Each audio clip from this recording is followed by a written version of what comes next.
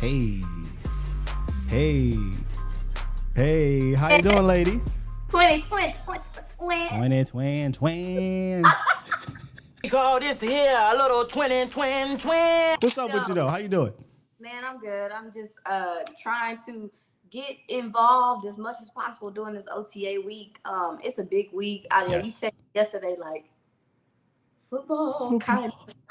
You was like, football kind of, asterisks. Yeah, because they're going to be leaving in a couple weeks, and we're going to be, craving for more football. But it's here right now. OTAs started this week, the first open portion to the media.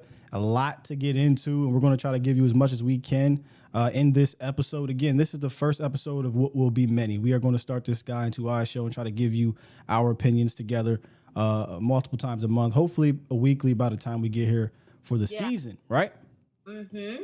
But yesterday, there was a press conference that took place before the practice, and one of the things that I kind of put on Twitter was, hey, man, I love that Cowboys Nation is finally getting a chance to see and hear who Brian Shottiheimer is, because I get it. When he was offensive coordinator, a lot of people don't listen to those pressers.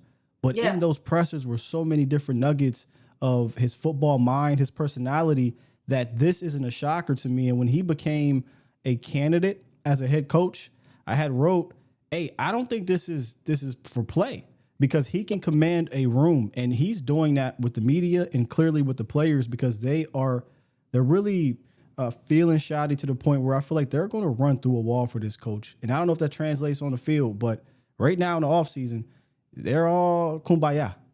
Yeah, no, for sure. I personally think it will translate because we've seen it translate for other teams. I think about, obviously, D'Amico Ryans being a former player, but the way that his players talk about him is the vibe I'm starting to get from Shotty.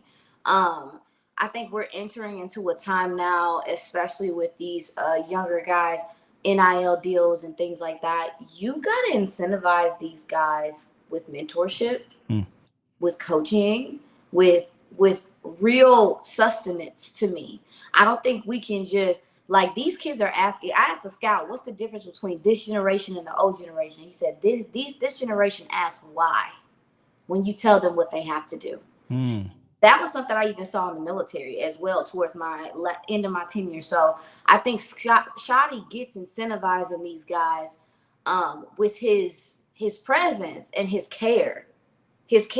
And I think when I look at him and I listen to him talk, I hear somebody that has a deep love for this game. Yes. And that's echoed in your points, Guy, is like last year, I would walk away from his pressers refreshed. I would walk away from his pressers feeling like I learned something. I would also walk away being like, well, that ain't what the heck goes. Facts. That's facts. Because they did have a difference in philosophy. 100%. But I saw somebody tweet yesterday and they said that Shotty sounds like someone, and I'm sorry, I should have screenshotted so I can give you your credit. Shotty sounds like someone that is waited for this moment and prepared for this moment, and he got a plan, and he ain't trying to mess it up. He like, it's my shot. So one of the things that I feel like Shotty is hammering home more than ever, and not just because the media is bringing it up, but because he wants to continue to bring it up, is that buzzword culture. Is culture. And Dak Prescott said something to me that stuck out when they asked him, hey, what's the difference between this culture and previous cultures? And he was like, the process and how they're doing it.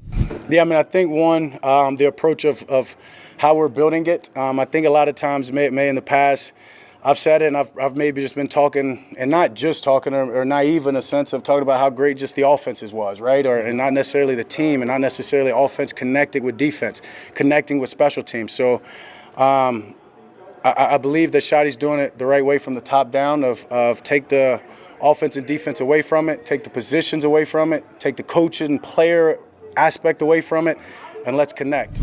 And when I was listening to Shotty, he had brought up how, look, man, we want to peel back the layers of this thing. We want them to get to know each other so that they are not out there just playing as brothers, but they're playing for the person of who that person is, right?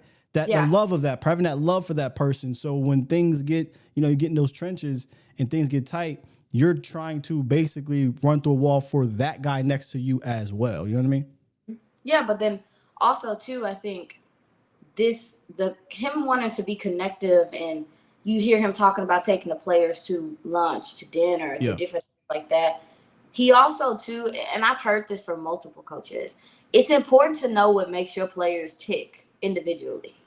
You know, what really does it for them, what really inspires them, or whatever the case may be. Because if you know that stuff, then when you get into a game, right, and you know you need a touchdown right here, you know what to say or do to invoke what you need out of that player at that time. Like sometimes we speak life into people all the time and encourage people in how we talk to them all the time. Like coaches have to be able to do that. They got to be able to dig deep sometimes and talk to these guys to bring out the best in them. And I think that Shotty is very connective and passionate about what he does. You can tell he just takes this seriously. He does not. Yeah. I think that's kind of what Dak was saying about the process. Also, too, I will say the front office feels married to the coaching staff a lot more than what it was before. Yeah, there's an alignment there, cohesion. Yeah, there. absolutely, yes. And I think that ties into what Dak said about the process and things going smoother. There's not a whole bunch of bumps in the road because everybody's on the same page. Yeah, there's no Kellen Moore running his offense. Mike McCarthy doesn't like it, but he's forced to have Kellen. There's none of that. This is the first time in a long time I do think there is that cohesion. And something else that stuck out from a football standpoint is he had mentioned we're going to go how our O-line goes. Yes. But absolutely. even more important, he said they're going to play really physical and be tone setters. Right? Yes. I didn't hear that a lot with the previous regime. There is a direct mission for that front line, and when they went out and got Clayton Adams, I think that really set the tone already. So get ready for this team, not just to be a running team, power running team, but for this offensive line to just be a more physical squad up front, and that starts with the mentality and the philosophy that Shotty's trying to set. Yeah, and then obviously bringing in Connor Riley from Kansas State with his success that he saw up there. Again, even during I think Vach and those guys, they asked me yesterday, like, how do you feel about this process? And I was like, immediately when you see a Junior Adams being brought in, a Connor Riley being put in, a Clayton Adams, I'm like, oh, they really want to improve this run game and this offense as a whole. They do. Like, this is something they want to take seriously. And I agree with you. I think that we're gonna see them try to dominate the line of scrimmage, and I think they feel like that's necessary, given what you got going on in your division, especially too. Oh yeah. You needed to. You heard McClay bring this up a couple years ago when they drafted, I believe it was Tyler Smith. He was like, "Hey, you saw who the Eagles drafted right before that, right?" And it was Jordan Davis. So they were kind of trying to make sure they match serve with their division rivals, who now so happen to be two of the teams that played the NFC Championship game. And both of those teams have guys. Yeah, I agree. I think you got three. When you talk about tone setting, I think you got three guys on the interior that want to set the tone. Mm-hmm. No, and 100%. Yeah, absolutely. And I think that's going to help you moving forward, especially, man, that first game of the season going to be something that's going to be. I want to put a pin in that because they did something in practice we'll get to in the later part of the show. By the way, we should have introduced it this way, but we're going to do down segments is how we're doing here. So that was first down, talking about the Shotty presser. Let's get to second down, where Dak Prescott was a full participant on the field, and that seemed to surprise a lot of people. Did that kind of take you back a little bit, or is that something you were like, hey, man, I've been seeing this guy around, and I knew he would be ready? No, I wasn't surprised. Like, Dak, you know how DeMarvion Overshown was like, hey, I'll be there Thanksgiving. Love y'all. See you. Dak has that energy, too. They can't stay away from the game too long, but I also know that he took his rehab very seriously and recovering from his hamstring and all that stuff. So I expected for him to be ready for OTAs. Also, too, I think he understands how much he needs to be there. I mean, that's why he didn't hold out during he didn't not go to practices when he was waiting for his contract, because he understands that other guys are dependent on his play. Yeah. You know what I'm saying? So, and we're in an install period, and he's the leader. So I expected for him to be there, bro. Yeah, I think a lot of people were like taking back that the injury aspect, that he was not held back from that standpoint. There was even a tweet from, I think it was Nick Harris, who said, let me make sure I quote this right, Dak Prescott flashed his legs a couple times in today's session, and honestly took more reps than I expected him to. I think that former part, that first part of that there is huge. That Yes. Dak flashed it. At first, when I read it, I'm like, he flashed his legs. Wait a minute now. That don't sound right. But then I had to say, oh, he meant he used his legs. I'm like, this is weird. But pause if necessary. You're but, sick. You're sick. But the fact that Dak is out there moving like that after tearing his hamstring off the bone in that way, and we're in OTAs, that is a great sign moving forward. That's fantastic. And honestly, I didn't need to see him practice. I saw him warming up. And when he was warming up and they were just going through stretches, he was doing his A skips, B skips and stuff. He was like kicking his leg up like as he was stretching. And it was just like one fluid motion. And it was, I mean, I didn't know he was that, because I've been concerned about his flexibility. Mm-hmm. I think that I can't wait to get with him and see if that is something he was like actively working on during his rehab, because he looks more flexible.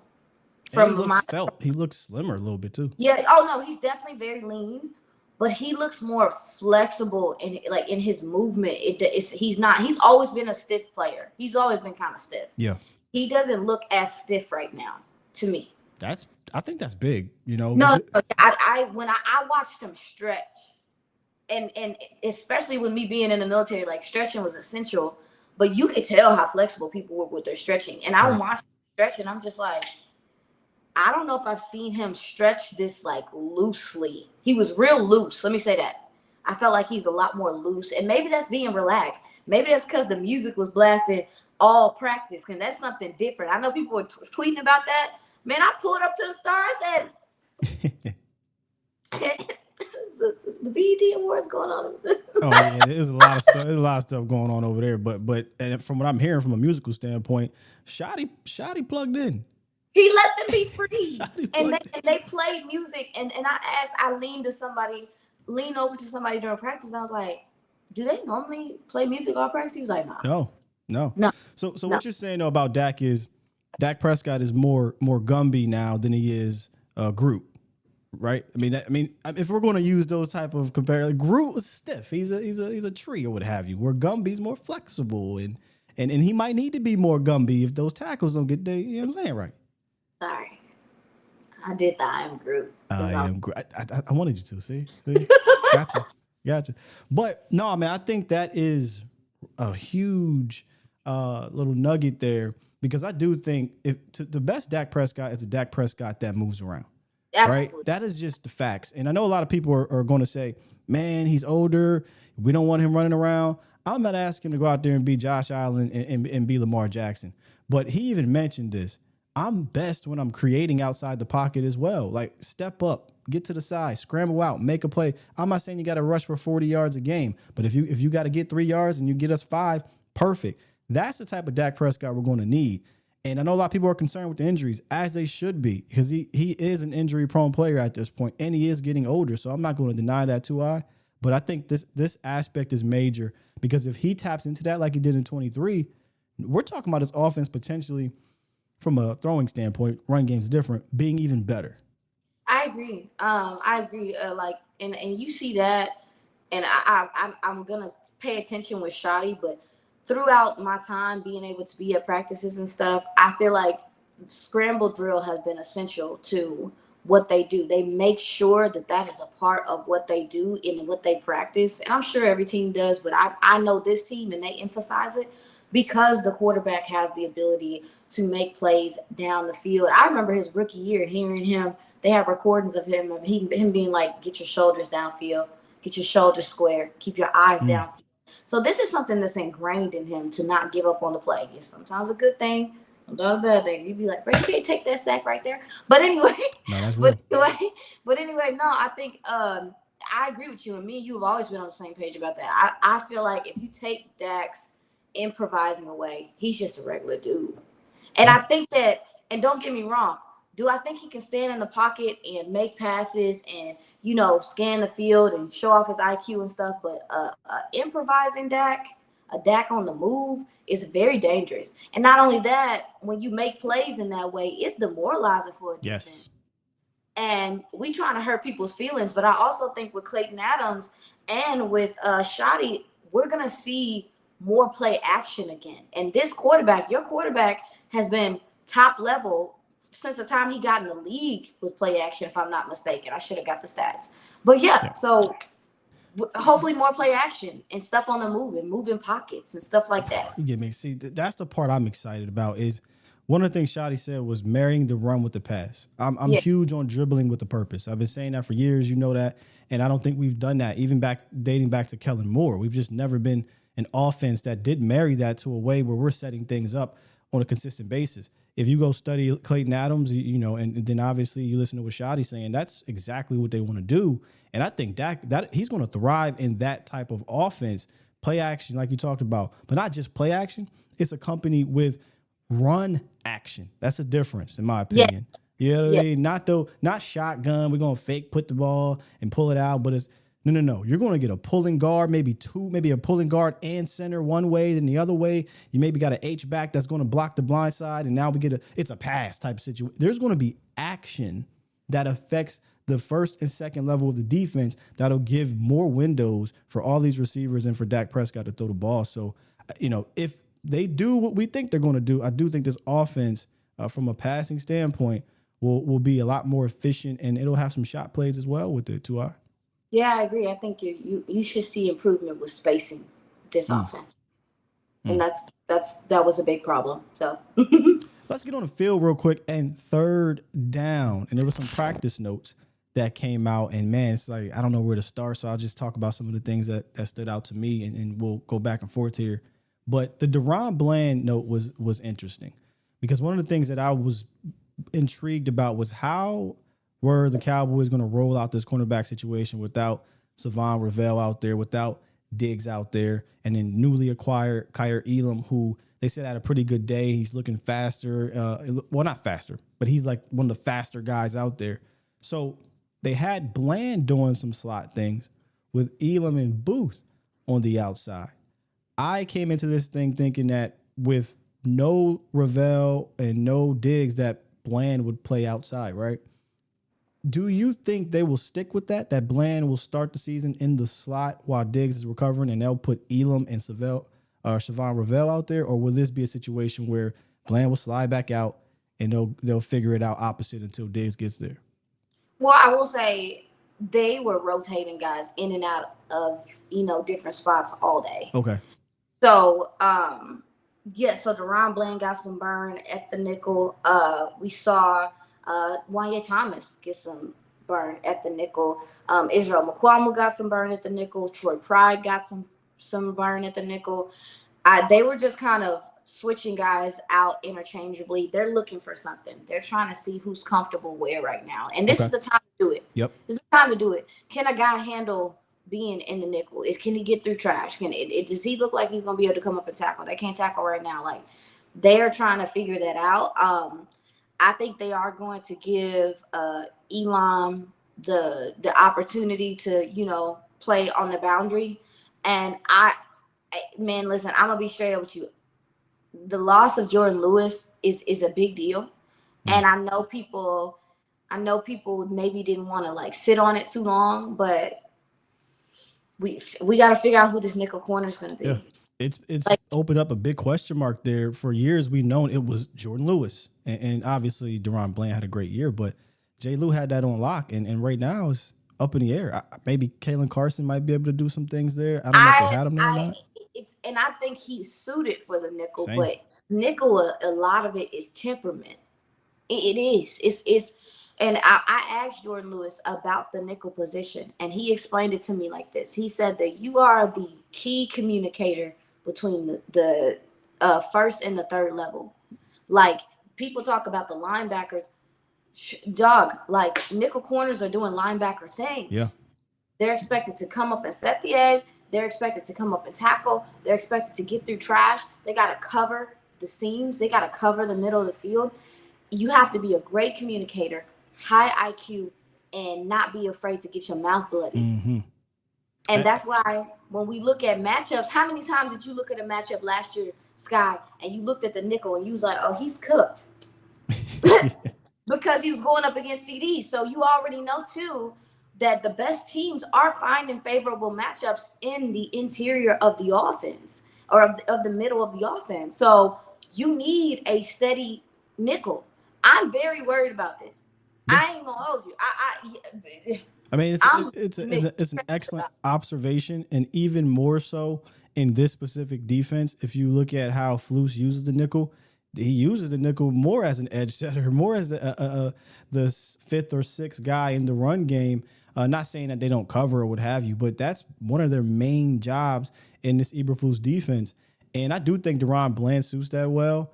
We've seen him do it. He come up. He's a bigger guy. He can tackle. He can hit. However, if you do that, then you're weakening the outside, right? So what are we going to do there? I thought Kalen Carson coming out of college had that temperament, right? I agree. But then year one happened and he couldn't tackle, maybe lost some confidence, and you wonder, is he going to be able to get that back? And at the end of the day, this is a different regime. This isn't the same regime that drafted him. So they could look at him as, look, we'll give you a shot, but we traded for Elam, not that he's going to be a nickel.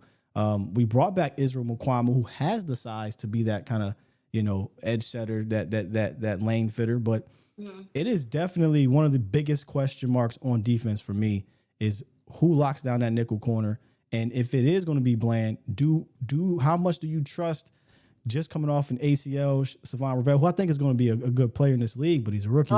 And then Kyer Elam, who obviously has talent. He was a first-round pick, but is that going to work out? So it's a big question mark, too. Yeah, I mean, and to speak about Siobhan Ravel, he's a little tank, low key. Yeah, 6'2", what is he, 2-something? With Siobhan Ravel, I just got an up close look at him yesterday for the first time, and I was like, "This is a big corner." Yeah, like this is he looks super strong, but he's tall and he's proportioned healthily, if that makes sense. Like you see some guys like they evenly distributed. Yes, he's evenly distributed, kind of like Trayvon, but I think he's more lean than Trayvon. I do. I think he's more lean than Trayvon. And even in his posture, he gives off I'm a confident player. He doesn't give off I'm timid or anything like that. So seeing him up close, I was like, I don't know. I just was like, dang, this is a big corner, bro. Well, I think we're back in that era of size at that position. Remember how when we had who was it? Chris Richard and Rod Marinelli. These guys wanted length at the position, and so did Will McClay. And guess who's back? Eberflus, who was under Richard and them boys for a little bit. And I think he's kind of following that mode. Yeah, he's 6'3", 193. He a big. Yeah, he a big. Corner. That's a big corner, dog. Yeah. I almost cried because I seen that baby's birthdays and let's say 20. I can't. It say 2001. Oh yeah. These kids is kids, man. Oh. A lot of these kids coming in now were born in the 2000s, which is mind blowing to me. Senior citizenship is upon me. It's nuts, man. And don't y'all get started in the chat either, because they Sky, he was around when Jesus was, but oh yeah, they do be saying that you elderly. Yeah. Wow. But you get discounts. Wow. Oh, 2i, you gonna do me like that, 2i? You gonna get it? I get discounts. I'm not that old. I'm not that old. Let's keep talking about these kids, okay? But he ain't this next player. He ain't built like no damn kid. I tell you that. And let's go back to the conversation you had earlier here in third down. You talked about the Cowboys' offensive line is going to have to play some dudes in this division, right? And they got to get these guys ready. And one of the things that this team has done for years is, all right, man, we drafted them, but they got to earn it and they got to get in there. They took Booker and said, we ain't got time to play with you. You're getting in there with the ones right now. Love it. Yeah. There's no reason to. We're not and that's what I'm saying. I do think now, listening to Shotty talk about competition, I do think positionally guys are going to, we are personally, I could be wrong. I think we're moving into whoever is on the field, that's probably going to be the best person for the job. I think Shotty feels the moment. And I think that he understands that they, like you said, they don't have time to do this, the politics of all that stuff and the extra conversation. He wants the best guys on the field. And for them to go ahead and put Tyler Booker out there and get him acclimated and for him to already just start working with the ones, it's smart. It's smart. Like, I mean, it's so smart. It's stupid because why would it take that long for us to see guys at certain spots? When I think about Rico last year, we saw it during camp. This is the best running back you have on this freaking roster. Let him just play. Let him be the starter at this point. And it took weeks for that to happen. And Shotty acknowledged that too. Yeah. Sometimes football's meritocracy, right? Isn't that what Tony Romo said? And I get it, but sometimes a dude is just better than you, right? And people in the room will realize that. For instance, let's go to the receiver room. Jalen Tolbert knows George Pickens is a dude. Okay, yeah. Jalen Tolbert's not going to fight that fact. He's going to figure out, all right, let me get in where I can fit in to help out this team, right? The staff didn't trade for George Pickens to say, all right, now you got to beat out Jalen Brooks. You got to beat out a Holden. No, sometimes a dude is a dude. When they took Tyler Booker, there were no questions, no doubts that this guy is better than what you have on the roster. And that's all with all due respect. All due respect to the Brock Hoffmans of the world, the TJ Basses of the world. And I know there's people in the chat are going to say, no, Sky, I'm from the old school, man. You got to earn it and things like that. Yes, he'll have to earn his stay, but let's be real.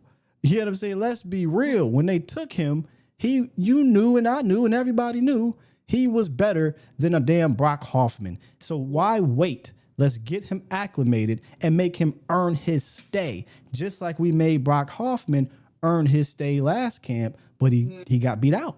So yeah. if you think that Brock is better, then go beat him out. Yeah. And like you said, if that's the case, he'll be on the field, or maybe not because it's a first round pick. Maybe that's an egregious example, but you know what I mean. I agree with you. I think this is going to be a situation with whoever's on the field is because they earned to be on the field and they earned their stay or they beat somebody out. Yeah, I agree, and I think that you're gonna see that across the roster for real. And in regard to Tyler Booker, even so, in the offensive line in general. Hey, if Brock Hoffman is your backup right guard, that's a blessing. Good. You can win games. Yeah. You can still sustain. Need that if necessary. I know TJ Bass is coming back from a quad. I got to get my eyes on him a little bit more and see how he's doing. But if he's your swing guard and Hoffman does center things, and then Awesome Richards is your best backup left tackle, whatever the case may be, you have O-line depth that you have seen play. And I think that that's a blessing moving forward, especially with how long the season is. Yeah, let's get to the running back position because that's something that we're going to have to really monitor once we get to camp. But, I've said this on multiple shows. You're not going to get much from the running backs in the Underwear Olympics of camp or OTAs right now. But the thing you can take away is deployment. You can take away who's rolling out to the rotation. And right now it looks like Javonte Williams is the running back one. And to me, that's not a shocker because of the way this free agency and draft played out. Now, I'm not going to lie to you. When they signed him, I said, well, this has potential to be another Royce Freeman or my man from the Tampa Bay Buccaneers, right? But because I thought maybe they could sign another guy for agency. Maybe they can draft a guy for agency or in the draft. That didn't happen. They took Blue, who was more of a complimentary back, right? And that's not diminishing him. I think he's going to be a fantastic style back in that way. But when you look at this room, to me, Javonte Williams is the most trustworthy guy from a 3-down standpoint, it looks like. Yeah, I mean, I said when they first took him that whatever his story is, however he plays, to me is gonna be a big decision maker for this running back room. It's either gonna make it or break it to me. I think because if he doesn't turn out and you're relying on Miles Sanders, Jadon Boo, and Phil Maffa, who are obviously two rookies in that, I feel like you're putting yourself in a tough spot. Javonte is also going to help you in pass pro and things like that. He'll be quite a few years. He'll be 2 years removed from his ACL, and he tore his LCL too. I didn't even know that. I didn't know how in depth his injury was. But I didn't even like, when I went back and looked at some of the games, I didn't even like how they were running the ball, the Broncos, with him specifically. I think he's gonna fit into the scheme. I want him to get out Yeah. of space, be able to get downhill in a hurry. He has a little bit of that Punisher in him.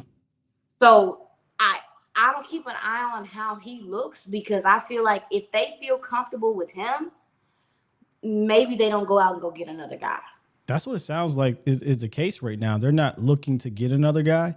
But the problem with running back is we won't know until camp and preseason. I agree. No, Yeah. yeah, you're right. And like, but here's the thing though, like, I'm really curious about Lipke. Like, I know that I heard Shotty mention him by name, talk about him, how they view him. I want to know, like, I want to see how they're using him, because I do understand they view him as like a tight end reserve kind of, but then they see him as a fullback, but then they see him as a running back. I think Clayton Adams would find it fun to deploy someone like him, because he's kind of like a chess piece and like those things. But I don't know. That is going to be very interesting to see how Clayton Adams views him, because historically, if you look at his time in Arizona and in Indianapolis, it's not a position that is utilized under him much. But you look at Shotty likes a position.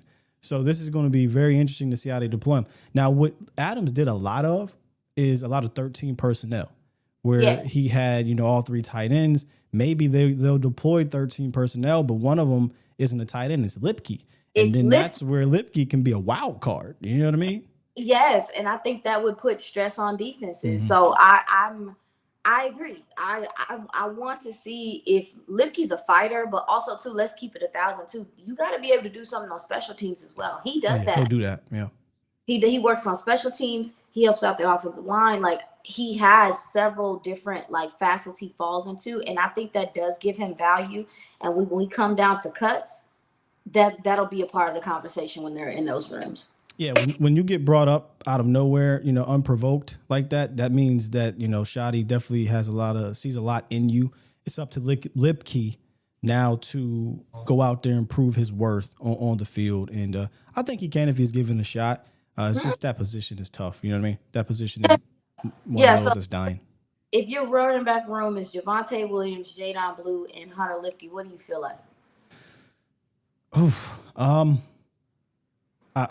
There's aspects of that room I like for sure. I just worry if we're going to go committee. I think you have to carry 4, right? Obviously, practice squad. You think so? But there's practice squad though, so then maybe they'll sneak one of those guys on the practice squad. But when I say committee, I'm always thinking of 3 running backs being used. If we're going to do a tandem, if Javonte Williams is fully recovered and he needs a runway, he's not a creator. I feel like you're going to have to open, and you can get that with this type of style of run scheme. I think we're going to have in his prime or pre-injury, he's a guy that make you miss tackles, and not just like from shiftiness. He'll run your ass over. He just breaking tackles. You saw even in his good runs, you see the lack of explosion that he may have had, and it wasn't like he was an explosive athlete prior to the injury, but there was more to his game. So I think if he's used as a downhill runner, third down guy, he can catch the ball at the backfield. There's something there. Blue is explosive as hell. I think you just got to get Blue involved. And then with Lipke's interesting because he can do some of those. He probably has more explosion than Javonte at this point. And I know that sounds crazy, but Lipke got sneaky ass feet, dog. Oh no, I know the feet. I know the feet are sneaky. Yes, I'm very impressed with him at the line of scrimmage and his burst for his size. And this is post injury, right, Javonte? That's what you said. I'm looking to see how is he moving, in this scheme. Give him a runway though. Get downhill. Nobody's going to break more tackles than him from that standpoint. But just from like an agile standpoint, kind of just that short area burst. I didn't see much of it, but that doesn't mean he can't be productive. But anyway, answer your question. That backfield, I think you can get by. I'm waiting to see if you can do more than get by. Can you lean on it when you need to? And we'll see if they are trying to do more than just get by. Get by. Right. When it comes to this. And at the corner position. They're gonna need to do more than get by when if you get to the postseason at that position, as well as the other side of the ball, which we'll talk more about maybe next week. All right, fourth down. This is something I wanted to do for fourth down. We're gonna call it Say What? All the guys spoke in the locker room, right? The big three. Let me say that. Dak Prescott, George Pickens, and CeeDee Lamb. I want to know one of the things you took away from either one of those guys, all three. It's up to you. And I'll start off to give you a chance to think a little bit here. The thing that stuck out to me from those three, I brought up Dak earlier, where we talked about the culture and Shotty. George Pickens, just a very well-spoken guy, and he's just so confident. He's doing all the right things, saying all the right things right now. I love what CeeDee Lamb had to say, though. I have not seen CeeDee Lamb light up like this in his entire time here with the Cowboys. You can tell he's just smitten. He's just giddy to have a dog on the other side. And they ask CD, if you notice, they keep picking and prodding at him and Pickens. Whoa, man, is it one? Is it B? What if he gets the ball? What if you don't get the ball? They really trying to get him. CD said, quote, if he's tired, I can guarantee you I'm not.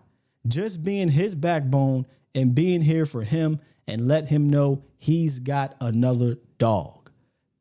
This is going to be a scary duo if they can jump off the screen immediately. But I love the fact that CD is now on some, hey man, I got to have all the targets and there's that TO aspect, selfish aspect to it. He knows, look, I'm that guy. I got the bag. I'm a made man. I need help. He got his help and he's excited. Oh, yeah. As soon as I heard these dudes. Oh, what are you always? They just nuggets to me. Like immediately I started thinking about you got a friend and you know what I think about? Brothers, we're happy and we're single and we're colored. Do. Give me a high five and cut. That's right. But to me, when you hear both of them speak and even hearing Pickens speak, yeah, these is two dudes that's just ready to win some. They ready. They tired of all of the extra stuff. Obviously, Pickens dealt with some things with the Steelers. They're in a weird position right now. I don't even know what they got going on. Whatever. Obviously, the Cowboys have had their share of ups and downs. CD was without his quarterback almost all last season. So he got that fire in him where he wants to they want to win games. Yeah.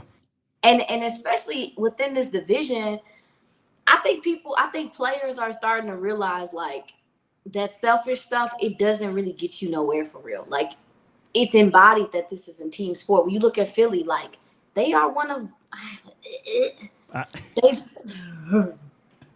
oh my God, bro. Trust me, I know. I'm sick of complimenting these dudes, but what are we going to do? They operate as a team. Yeah. From the top down, though. Yeah. What's that? From the top down. From the top down, yeah. And don't get me wrong. You have A.J. Brown having a fit every now and then and stuff like that. But at the end of the day, he understands, like, eventually you see him come out of it. And when they raise that trophy, don't none of that matter no more. Mm-hmm. Don't none of that matter no more. So to me, I think you see two young men who are ready for better for themselves and ready for better for their teams. And they're willing to do that. And I mean, I think an underrated part about Pickens, and again, I know that there's footage of him taking plays off and stuff like that. I think we need to be honest about what he was with while he was there when we talk about that conversation. Not excusing it, but there was a lot wrong. He's aware of that, I think, too. He understands. And this is why I have belief that he's aware of that. He constantly talks about growth. Okay, he knows people are talking about those plays. He knows people are talking about his temperament, and I think Shotty's going to be really good for him because Tomlin comes from a different. Not saying that Shotty doesn't come from a different era, but Shotty's more Pete Carroll and Dan Quinn in a way. I feel that. You know what I mean? And he's trying to bring that vibe where Tomlin. Look, man, it's a different style of coach that I don't think they related as much, and I think Shotty's going to help him grow, but not just Shotty. Dak Prescott and CeeDee Lamb, I think would be massive in that. Let's be real. He's 24. He's a young kid. He's figuring things out. He has to grow, and he realizes he has to grow. And I am going to be intrigued. I said this a lot to I want to see if that growth comes to fruition when there's a game that he's not being targeted much. They're losing. CD's not getting off. That's where, okay, I want to show my maturity. I'm not saying you can't be animated, you can't be passionate, but what you can't do is try to bite somebody's face off from an interception. What you can't do is get a 15-yard penalty that costs your team. I want to see if he's grown in that aspect.